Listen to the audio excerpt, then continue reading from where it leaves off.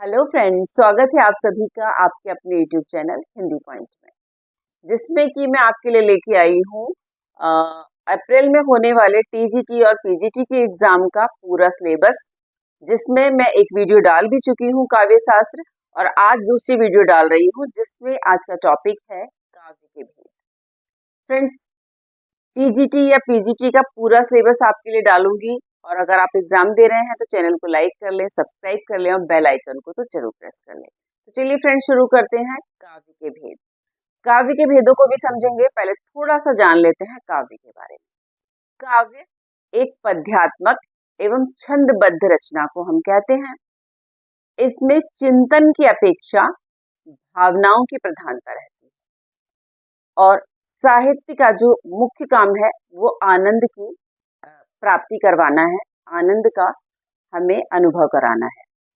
इसमें सौंदर्य की अनुभूति के द्वारा आनंद को प्राप्त करना ही इस जो काव्य का उद्देश्य है। इसी सौंदर्य की जब अनुभूति करते हैं तो आनंद की प्राप्ति करते हैं, यही इसका उद्देश्य है फ्रेंड्स। और जो कविगण होते हैं वो यथार्थ का चित्रण या ऐसे भी कह सकते हैं कि काव्य में यथार्थ का वैसा चित्रण नहीं होता, बल्कि यथार्थ का वैसा चित्रण होता है जैसा कोई कवि उस यथार्थ को देखता है या समझता है या उससे जिस प्रकार प्रभावित होता है, वो उसी के अनुरूप उस यथार्थ का चित्रण करता है अपने हिसाब से।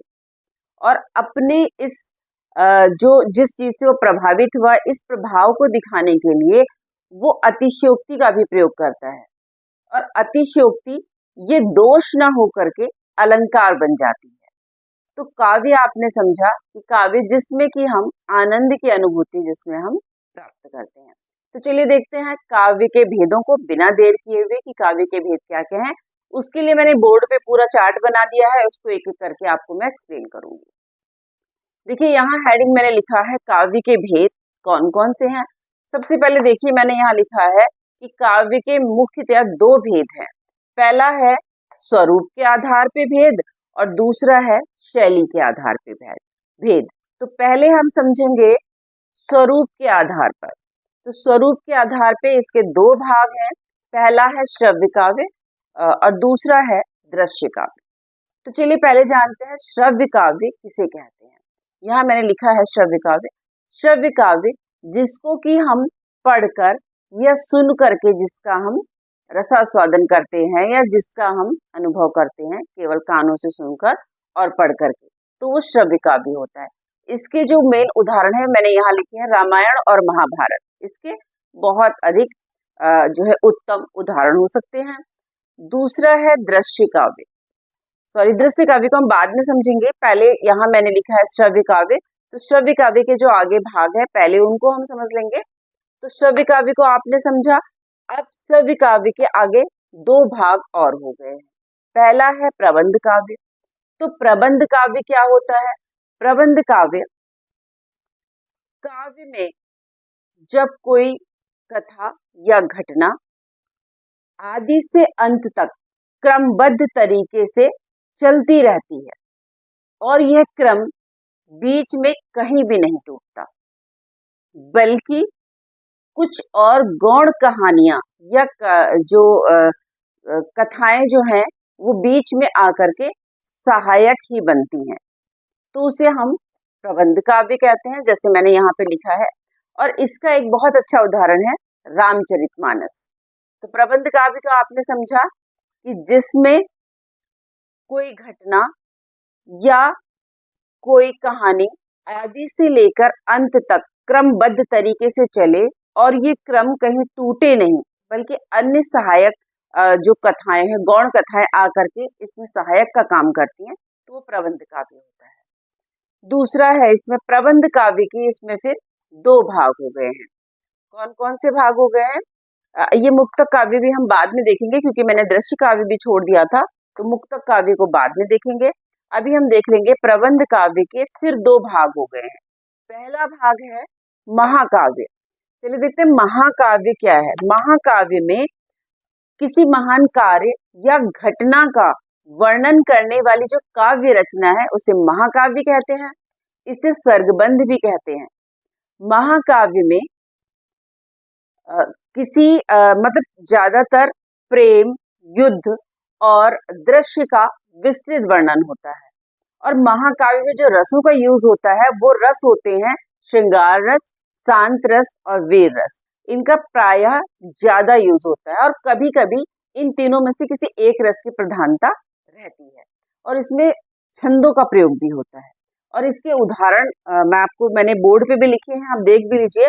इसके उदाहरण हो सकते हैं कुमार संभव, रघुवंश और नैषधीय चरित जो है इसके उदाहरण हो सकते हैं। अब इसी प्रबंध काव्य का एक जो पार्ट था वो था महाकाव्य, दूसरा है खंड काव्य। अब ये खंड काव्य किसे कहते हैं? खंड काव्य में जीवन की किसी एक घटना का वर्णन किया जाता है, किसी एक घटना को लेकर, या किसी नायक या समाज से जुड़ी किसी एक घटना का वर्णन इसमें किया जाता है। और इसका एक बहुत अच्छा उदाहरण है रामधारी सिंह दिनकर द्वारा लिखित रश्मि रथी जो है इसका प्रमुख उदाहरण है। तो खंड काव्य अब समझ गए होंगे जिसमें जीवन की किसी एक घटना या नायक से संबंधित उसके जीवन की किसी एक घटना का वर्णन किया जाता है। फ्रेंड्स, ये आपने समझा। चलिए, अब यहाँ तक हमने देखा था और ऊपर मैंने छोड़ दिया था दृश्य काव्य। तो दृश्य काव्य को देख लेते हैं क्या होता है। तो दृश्य काव्य में न केवल कानों से सुनकर बल्कि उसे देख करके आनंद की अनुभूति की जाती है, उसे दृश्य काव्य कहते हैं। इसमें अभिनय के द्वारा, पात्रों के कथनों के द्वारा, उनके अभिनयों के द्वारा जो है हम इसका रसास्वादन कर पाते हैं, इसे अच्छी तरीके से समझ पाते हैं और इसे हम देख करके आनंद की अनुभूति कर पाते हैं। इसके उदाहरण हो सकते हैं रामायण, महाभारत, कृष्ण लीला, अभिज्ञान शाकुंतलम। मतलब वैसे तो इसमें बहुत सी चीजें हो सकती, बहुत कुछ हो सकता है, फिल्म भी हो सकती है जिसको हम देख सकते हैं। तो दृश्य काव्य आपको पता चल गया कि दृश्य काव्य क्या होता है। फिर है मुक्तक काव्य किसे कहते हैं। तो मुक्तक काव्य में पूर्वापर संबंध बिल्कुल नहीं होता। पूर्वापर संबंध से मेरा मतलब है पूर्व सर्ग से इसका कोई संबंध नहीं होता। मतलब जो सर्ग हम पढ़ रहे हैं उसका संबंध पिछले सर्ग से बिल्कुल भी नहीं होता, बल्कि ये बिल्कुल स्वतंत्र होता है। और जो छंद होते हैं वो भी बिल्कुल स्वतंत्र होते हैं और अपना स्वतंत्र अर्थ रखते हैं। इसके जो उदाहरण हो सकते हैं वो उदाहरण मैंने यहाँ लिखे हैं। कबीर के दोहे भी हो सकते हैं, रहीम के दोहे हो सकते हैं और सूर आदि के पद हो सकते हैं। जैसे कबीर के आपने दोहे देखे तो उनमें पूर्वापर संबंध नहीं रहता, बिल्कुल अलग अलग होते हैं और पूरा अर्थ अपने आप में समेटे होते हैं। ऐसे ही रहीमदास जी के दोहे, इनमें पूर्वापर संबंध बिल्कुल नहीं होता।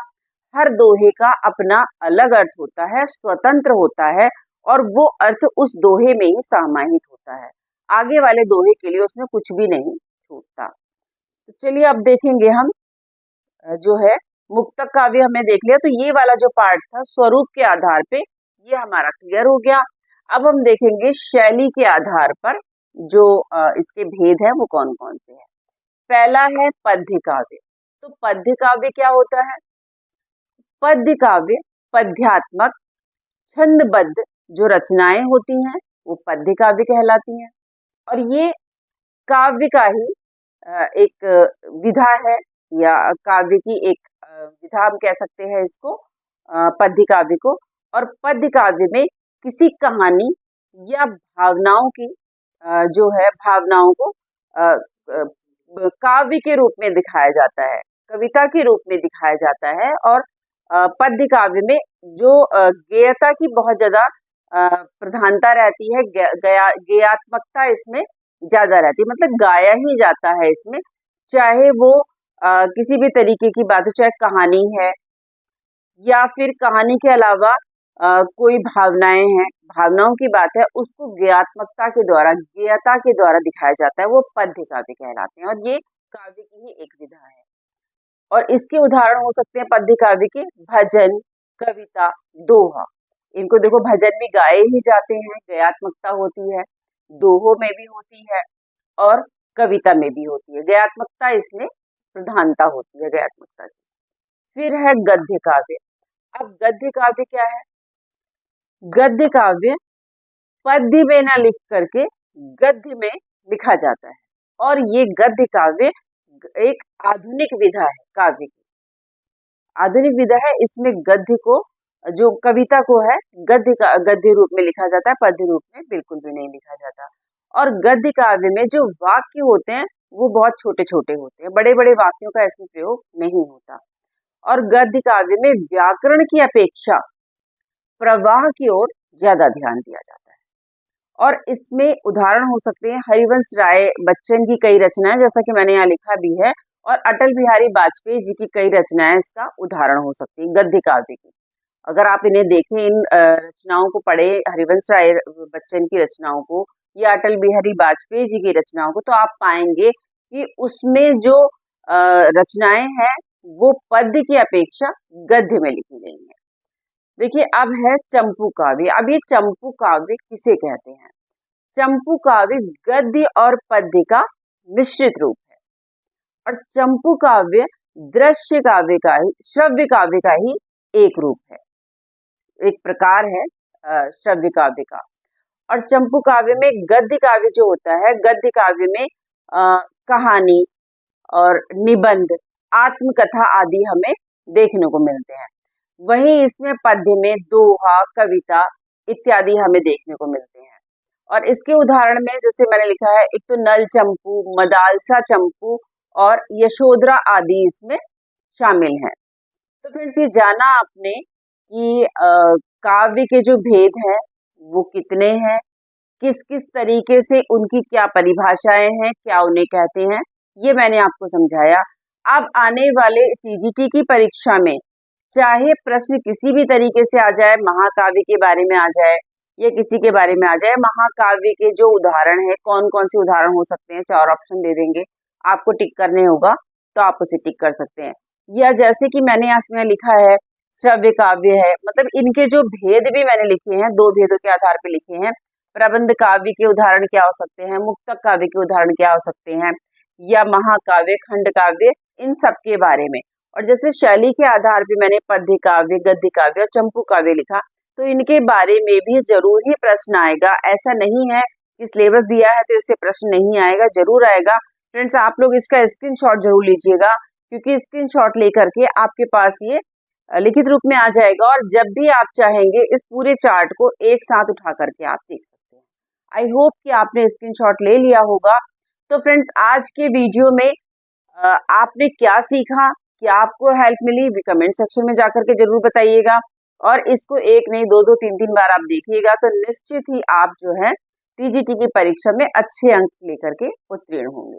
तो फ्रेंड्स, आप कीजिए टीजीटी की तैयारी, और मैं चलती हूँ अपनी नेक्स्ट वीडियो की तैयारी में। तब तक के लिए जय हिंद, जय भारत।